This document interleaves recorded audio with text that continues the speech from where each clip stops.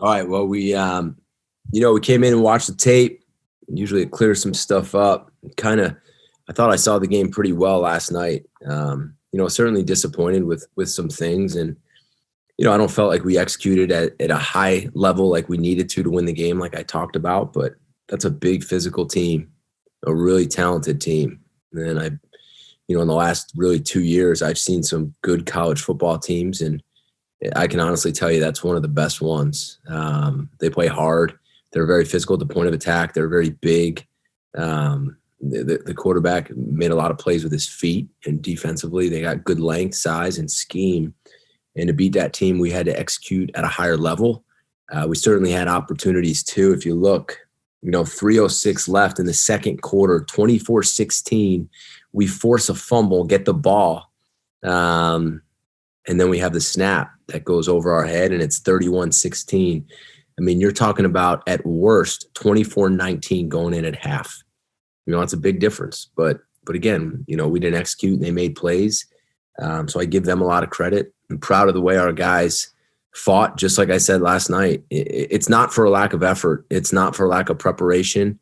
Our guys are fighters, and I'm proud of them. And that's what I told them today. We're going to get better. And a sign of a great team is you lose a game, and just like we have all year, you fix it and you go out and you win a game. And we need to do that.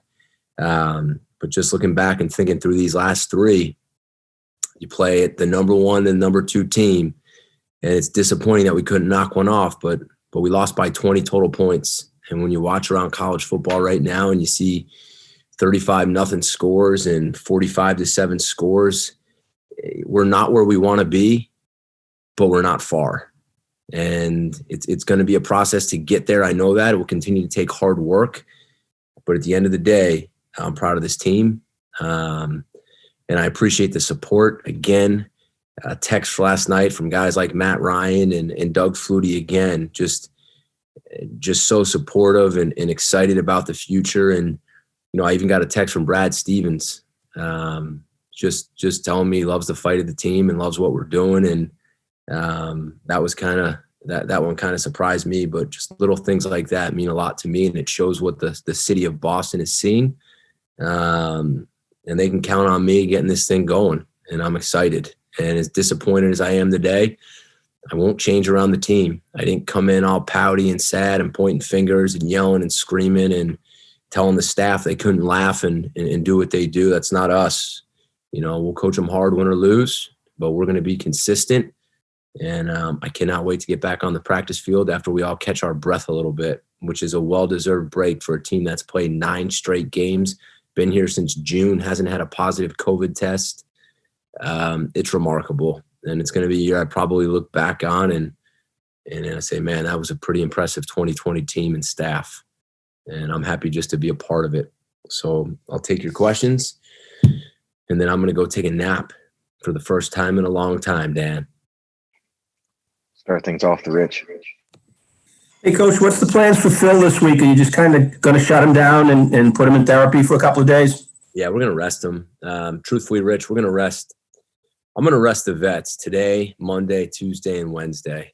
I'm going to give them, we're going to do therapy. We're going to do yoga. We're going to do treatment. We're going to train. But I want them to get away from football physically and mentally. I don't want them burn out. I want them finishing these last 2 games excited. And I just feel like if we grinded them all week with everything they've been through, it wouldn't be fair to them. So we'll really take care of Phil. And again, I shared with you what I did last night because I feel like everybody needed to know. And again, I apologize for keeping that from you guys, but I didn't want Syracuse going after him, and I didn't want Notre Dame going after him with any extra effort towards his throwing shoulder. But for the kid to come out and play against Syracuse when he couldn't raise his right arm up very high until Friday, and then to get banged up again and come back and get ready for Notre Dame and actually make some big time throws and plays, just says so much about him. We'll go next to Kevin. Hey, Coach, how you doing? I'm all right, Kevin. How are you? Doing good. You mentioned taking a nap after this. Obviously, the guys definitely need the break, but how much do you think the staff and you personally need the break? And then kind of just what's your plan this week? Will you, go check out some stuff you haven't seen in Boston? Will it be, right back to film? Just kind of how will you approach this week? Yeah, I think the team probably needs it more than me, just because physically they're playing.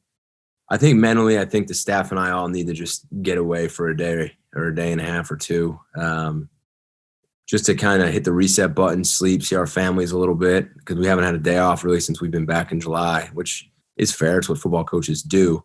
But usually you have a bye week somewhere earlier than it is now, and you need to be fresh because you coach better when you're fresh. You treat people better when you're fresh. And sometimes it's hard because we just go on adrenaline, and you see me from my first Zoom and to this one, and I look like a ghost, Rich. I look awful. So hopefully I'll have some more sunshine in my face when I come back. I'm just going to hang out with my family, Kevin. I'm going to go home today and hang out with my 2 little girls and Gina. And then I'm going to give the staff off tomorrow. So I'm going to take Hope to school and pick her up from school and probably play with blocks and whatever my 2-year-old wants to do, and just take some stuff off my wife's plate. And then I'll come back to work on Tuesday. So it'll be a nice long break, Kevin. We'll go next to Dan. Coach, you mentioned back, I remember before the Duke game, you said, look, we're going to just see what we can do with plays, I don't know if it was run what was comfortable, but it was just going to be a little more simplified and then work stuff in as the year's gone on. Heading into the bye, have you had a chance to look back and find out what you've been able to work in and how much more complex it's gotten? Do you feel you're at cruising altitude yet, or is there still a ways to go? I think there's still some left, but what we've really been looking at is what do we do well at this point, and we've tried to stick with that.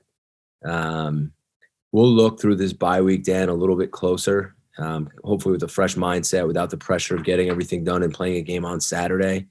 Sometimes it's fun just to watch film on your own time rather than, hey, I got to have this done by this done by this done by this, bang, here comes Saturday. So we'll look and see if there's, anything we're giving away, what we're doing well, what we're not doing well, and what we need to add for the final 2 games. But we'll see. I'll probably have a better answer for that if I talk to you on Thursday or Friday after practice. Go next to Rich. Hey, Coach, Louisville and Virginia just played yesterday. What can you do with the game film where your next 2 opponents are actually on the field at the same time? Is there something to that, or? No, because it's usually, Rich, it's just one side of the ball watches the other side of the ball. So Okay. I'll give you an example. Since I'll be watching their offense, I'll just watch the cut-ups from their offense and won't pay attention to the other side of the ball very much until we play Virginia the following week. We'll go next to Andy. Hey, Jeff. This goes back to the game yesterday, but Boom was really kicking the ball well. It looked like straight down the middle on all 3 kicks. I was just wondering what you've seen from his progression in the season. I know he's had a lot of injuries in the past, but it looks like he's kind of got it straight now. Yeah, I'm glad you brought him up. I thought he kicked great yesterday. I mean, he made those 3 field goals, which were big for us, and he nailed them. Like, they weren't even close. I think you're seeing that he's healthy. I think he finally feels good. I think he's a very talented kicker, and I think he's confident. He knows we've got his back, and I think he's having fun playing football again. Probably a guy you want to talk to and ask if he'll probably have a better deal for you. We'll go next to Dan. Coach, I hesitate. I know you said execute better, and you were talking about the end of the second quarter there with Notre Dame. I hesitate to say fall short necessarily against a number 2 team, but what were some of the things that, you look at and say when you have to execute better, that you have to do to get over the hump and knock off one of those 2 teams? What have you learned about that whole process? When you play, look, we've played, in my opinion, 2 of the best teams in the country, right? Clemson and Notre Dame. And in that first half of the Clemson game, we executed at a level that was impressive. Offensively, throwing and catching and running and timing and rhythm. I mean, it was on fire. And for the first quarter yesterday, I felt the same way. We need to be able to sustain it. We can't make mistakes against teams like that at this point of where we're at, because when we do make mistakes, they're usually pretty big plays. So we got to play a really good game.